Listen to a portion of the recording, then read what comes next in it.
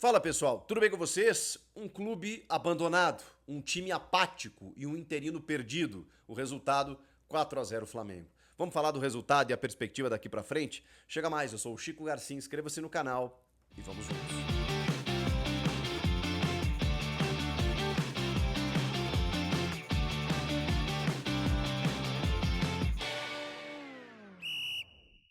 Você está convocado para a Liga do Milhão. Chame seus amigos. Somando pontos, você pode ganhar até R$ 1 milhão na KTO, a minha casa de apostas. Eu, como embaixador da marca, convido você, a nossa casa de apostas, a maior casa de apostas do Brasil. Site para maiores de 18 anos e não se esqueça, jogue com responsabilidade. Essa e outras promoções você encontra lá, KTO, onde cada jogo é único. Link na descrição, QR Code na tela. Venha para a KTO. Bom, pessoal, 4-0, né? E eu fico me perguntando, será que a distância é essa mesmo? Bom, pessoal, 4-0. E eu fico me perguntando, será que a distância é essa mesma? A do Flamengo para o Corinthians, de 4-0, fora os ameaços, como a gente diz, um 4-0 com um placar ainda enganoso, que poderia ter sido mais. Ah, a gente pode discutir o pênalti e tal, até acho que foi pênalti de VAR, né? Mas não dá nem pra reclamar desse pênalti, né? Porque não fosse o pênalti, o Flamengo, se apertasse o play, poderia ter feito outros gols. Se não fosse o Hugo Souza, que falhou no terceiro gol, poderia ter sido mais do que 4-0. É uma realidade muito dura quando você pega o melhor time do Brasil, ou um dos melhores, com um elenco absurdo, que muito bem treinado, consolidado, num trabalho já desde o ano passado, contra um time que está tentando se reencontrar em meio à temporada. É óbvio que o resultado ele acaba tendo essa consequência. Agora, eu ainda fico me perguntando se a distância ainda é essa. Porque eu já vi o Corinthians, mesmo com times inferiores, encarar de frente esse Flamengo. Inclusive 2022, quando foi vice da Copa do Brasil e, por um detalhe, por um pênalti, acabou não sendo campeão. E, ok, o Flamengo era diferente desse de agora e tal, mas era esse Flamengo de elencos valiosíssimos desde 2022, inclusive comandado pelo Dorival Júnior. E o Corinthians foi lá e competiu. O que aconteceu no Maracanã? É um somatório. É um somatório de coisas. Para a gente poder explicar um 4-0, ele não tem um motivo apenas. Você precisa entender um contexto. E é isso que eu vou tentar trazer nesse vídeo para vocês. Começa por não ter um comandante no banco de reservas. E quando eu vou citar os motivos aqui, entendam que não é o único motivo, porque são vários, tá? Quando eu falar sobre isso, por favor, não pense do outro lado, poxa vida, mas não pode ser por isso. Não é só por isso, mas é também por isso.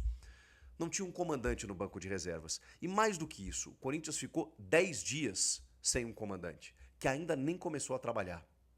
Que mensagem o clube passa com isso para os jogadores?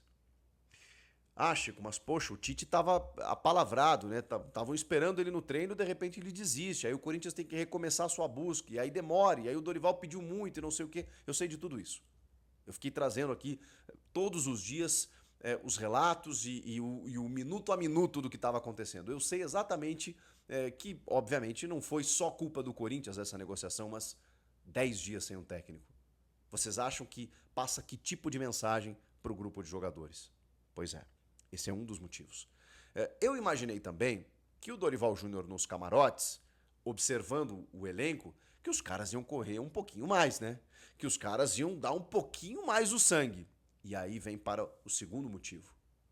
O que foi essa postura, essa atuação desses jogadores?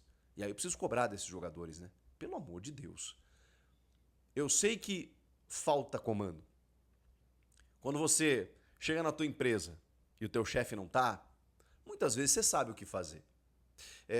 Como diz o meu amigo Denilson Show, sempre tem alguém te vendo. Então baixa a cabeça e trabalha. Mas a motivação, ela é muitas vezes inevitável que você não tenha para executar determinada função, já que você não tem um comando, você não tem uma cobrança, você não tem uma exigência, você está ali fazendo o teu trabalho. Mas às vezes, se não tem ninguém te observando, ninguém te monitorando, você vai fazer aqui, ali, um feijão com arroz e tal.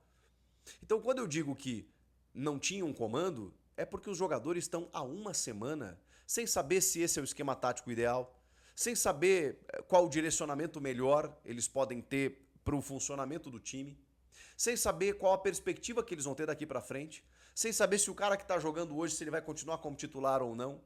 Então tem várias dúvidas numa troca de comando em que o jogador ele fica meio perdido, ele fica meio abandonado. Porque não tem um cara para dizer para ele, não, agora nós vamos conquistar esse resultado, porque final de semana e tal. O cara não tem planejamento nenhum. Ele tá entrando em campo e jogando. Então quando você abandona, e eu tô sendo duro aqui na crítica, né? Quando você abandona o futebol, porque foi isso, né? Foram 10 dias em que jogaram para um interino comandar o time, você precisa contar com essa consequência. Ah, mas ele conseguiu 2 vitórias em 2 jogos. Vamos analisar esses 2 jogos? Contra o Sport em casa, em que o Sport sai na frente. O Corinthians criou muitas chances antes disso, mas o Memphis individualmente teve que virar o jogo contra o Lanterna do campeonato. Depois, contra o Racing do Uruguai, que é inqualificável, em que o Corinthians pariu uma bigorna, como a gente fala, para vencer por 1-0. E o Hugo teve que fazer uns milagres no final do jogo. Claro que o Félix Torres deu aquela colaborada, mas enfim, não foi fácil. Foi dessa maneira que o Orlando Ribeiro conseguiu as suas 2 vitórias. E nada contra o Orlando. A questão é que o Orlando nem estava no dia a dia do clube. Por quê? Porque a falta de planejamento dessa diretoria, dessa gestão, fez com que não tivesse um treinador da comissão permanente, um auxiliar técnico, um Fábio Carilli de outros tempos, um Fernando Lázaro. Não existia mais essa figura. Aliás, não existe mais essa figura.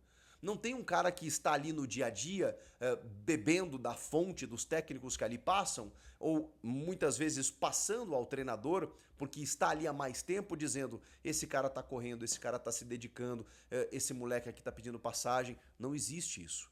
Então, quando você troca uma comissão técnica, sai todo mundo. Não fica ninguém. E aí eles pegam o Orlando Ribeiro, que é o técnico do Sub-20. O que faz o técnico do Sub-20? Ele tá cuidando dos moleques.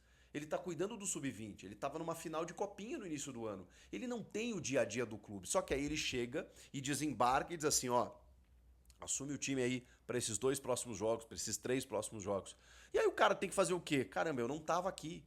Eu não sei se esse cara tá correndo, se esse cara não tá. Eu não sei se o esquema tático vai corresponder à característica desses atletas, eu não tenho nem tempo para isso. O que ele faz? Ele mantém o que lá está.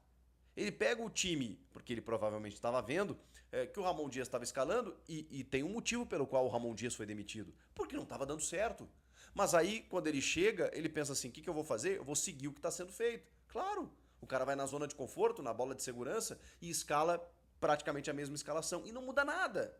E aí é óbvio que a consequência ela é inclusive pior, porque aí você tem um cara que chegou, que não conhece o dia a dia, escala os mesmos jogadores e os caras não têm motivação para nada. E aí quando você vai ver dentro do campo, dentro do jogo, nada resolve, porque não tem nada de diferente. E quando eles olham para o banco de reservas, tá um cara lá, que é técnico do Sub-20 e que tá, tipo assim, fazendo um bico ali como técnico do Corinthians. E até 2 dias atrás, a gente nem sabia quem seria o técnico. E os jogadores também não. Então vocês acham que isso reverbera de que maneira no elenco? Mas, muito bem, o Dorival foi confirmado, o Dorival estava no camarote e aí eu esperava mais dos atletas. Eu esperava que os caras pelo menos corressem, né? Do tipo, o chefe novo tá aí, o professor tá me vendo. Aí, dentro daquela figura que eu usei, daquela analogia, né? De você chegar na empresa e o teu chefe não tá, de repente, anunciaram o novo chefe. Você conhece o novo chefe, ele era de um outro setor lá e de repente você tá ali fazendo o teu trabalho, ele parou na porta, né, da sala e começou aqui, ó, encostou, pá, e começou a te olhar. Pô, você vai trabalhar melhor. Você vai pensar, caramba, chegou um novo chefe, ó, aqui, ó, vou baixar a cabeça aqui e vou trabalhar para dar uma resposta. Porque eu já falei isso contra o Racing, tá? Os caras já tinham que dar uma resposta em respeito ao torcedor. Que na Neoquímica Arena foi lá, num dia de chuva, numa quinta-feira, 7 da noite, para ver os caras correndo e eles assim, tipo, jogando, cumprindo tabela. E nesse jogo, no Maracanã, a torcida do Corinthians é surreal. Não deixaram os caras entraram no segundo tempo e eles fizeram uma festa inacreditável. Porra, esse time não merece, cara. Aliás, a torcida não merece um time como esse. E esses caras foram campeões paulistas agora há pouco, né? Campeões paulistas agora há pouco. Mas, cara, já passou. Então, representem o torcedor, respeitem o torcedor que foi ao Maracanã. Se não quer respeitar o chefe novo que chegou, por que eu tô falando tudo isso? Porque foi vergonhoso, gente. Foi vergonhoso. Os caras do Corinthians, assim, eu sei que do outro lado tem o Flamengo, eu vou exaltar o Flamengo aqui nesse vídeo, tá? Que jogou uma barbaridade, o Arrascaeta botou o jogo no bolso, o Pedro joga demais, o Pedro, é um absurdo. Mas assim, o Corinthians submeteu. O Flamengo pressionou nos minutos iniciais e o Corinthians não conseguiu sair do próprio campo. Eu sei que tem mérito do Flamengo disso, mas a rotação que o Corinthians entrou, porque é o que eu falo, perder é do jogo, ainda mais pro Flamengo. Não tem como. Existiu uma tendência, inclusive. Mas vende caro. Vende caro. Poxa, vai tomar um, vai tomar dois, mas assim, cara, que dê ao adversário essa dificuldade em fazer gols. E não o que aconteceu. E não foi o que aconteceu, né? A verdade é que o Flamengo tem méritos, tem, mas foi um pouquinho mais fácil. Porque aí eles avançaram, pressionaram. O Cebolinha, quando corta pra dentro, ninguém marca aquele chute dele. 1-0, com 5 minutos. Aí no segundo, o Arrascaeta toma a frente, o Ranieri não consegue dar o bote, chute no canto, 2-0. Aí o Hugo Souza vai lá, entrega a bola no pé do Pedro, 3-0. Depois do primeiro gol, o Corinthians esboçou uma mera reaçãozinha, bem inha, que tem um cruzamento do Angileri e um chute do Carrilho. Mas antes disso, já tava ficando mais com a bola e tal. Só que aí é curioso. Vocês perceberam o que o Flamengo fez nesse momento do jogo? Ele faz o seguinte, ele começa aqui, ó, sufocando o Corinthians, cria uma, duas, três chances, faz um gol, papapá. Eu pensei, caramba, que é isso? O Corinthians não consegue sair. Aí dá uns 20 minutos, o Flamengo... Toma, Corinthians. Pode jogar. Aí o Corinthians, vou tentar fazer alguma coisa aqui. E aí o Flamengo começou a jogar no erro.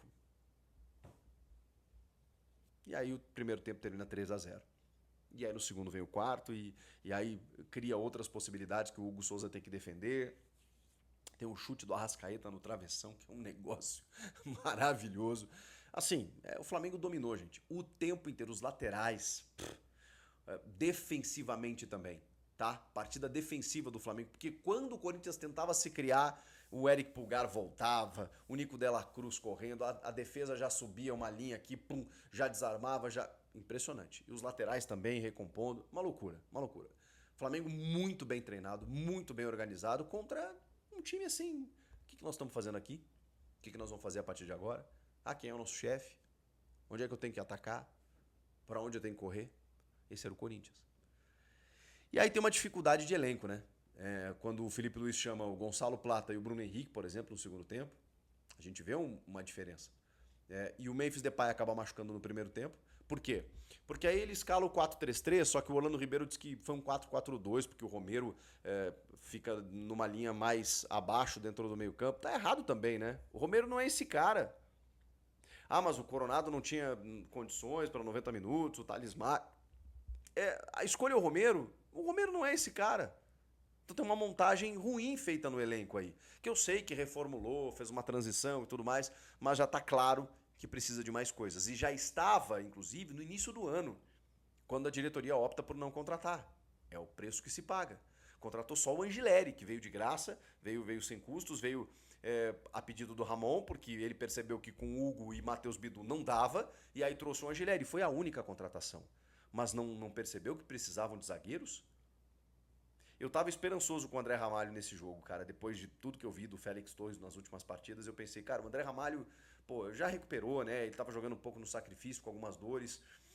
Já virou a temporada, né? Daqui a pouco um começo de temporada ali um pouco oscilante e tal, porque ele não tá acostumado, né? Ele jogou 10 anos na Europa, né? Em que nesse momento nós estávamos na fase mais quente, né? Das temporadas europeias, sei lá, às vezes bagunça e tal.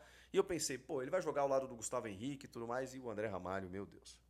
Tomou um drible do Arrascaeta e outro do Pedro, ele não ganha uma disputa. Então, assim, não sei o que aconteceu com esse rapaz, não sei. E aí é o seguinte, se não é ele é o Félix Torres, e se não é ele é o Kaká. Então, assim, esse problema a diretoria já tinha que ter identificado. Mas não, agora tem que ir até a metade do ano com esses defensores. Flamengo deitando, sobrando, jogando, treinando. Chegou um momento assim que os caras estavam dando toque pra lá e pra cá. pra fazer golaço, assim, sabe? Parecia jogo beneficente. E o Corinthians atônito. Pedro fazendo pivô, Pedro driblando pra lá, pra cá, finalizando. Que jogador. Tá de volta, né? E a qualidade que o Flamengo tem é absurda. Mas o Corinthians me decepcionou num grau que eu pensei, porra, encara os caras, pelo menos, né? Não conseguiu. Então, assim, um 4-0 que poderia ter sido mais, um time abandonado, perdido, sem técnico, com um interino que não sabia muito bem o que fazer, manteve a mesma escalação com aquele buraco no meio.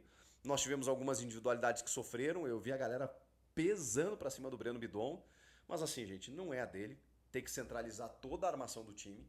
Ele já é franzino, cada vez que ele pegava na bola tinha 2, 3 do Flamengo na cola, e ele era o único ainda, o único jogador do meio que tentava prender um pouco, segurar um pouco a bola. Porque os demais era toque, toque, toque, toque, pum, o Flamengo recuperava. O Bidon tentava prender um pouco ela, mas não tinha como. Do jeito que é o Bidon ali, magrinho, fraquinho. Chegava os caras ali e tomavam a bola dele. Não é ele que tem que estar ali. Por que não botou o Martínez desde o começo e tirou o Romero? Por que não reforçou o meio-campo? Para jogar contra o Flamengo de novo? Mas de novo esse erro que o Ramon teve lá atrás, ano passado, na Copa do Brasil, botando o Coronado e o Garro juntos. Quando visivelmente você sabia que você não ia ficar com a bola. E não ficando com a bola, esses dois tinham que marcar. E aí, obviamente, não ia dar certo. E aquele jogo foi 2-0 só. Porque poderia ter sido mais. Não fosse o Hugo, inclusive. E aí a galera pega no pé do Hugo, acha que ele fica nervoso contra o Flamengo. Mas acabei de citar um exemplo aqui. Ano passado, cara, não fosse ele, era pra ter sido mais. E ele fez algumas defesas nesse jogo também, mas cometeu uma falha bizarra. E ele sabe disso. Ele sabe que falhou.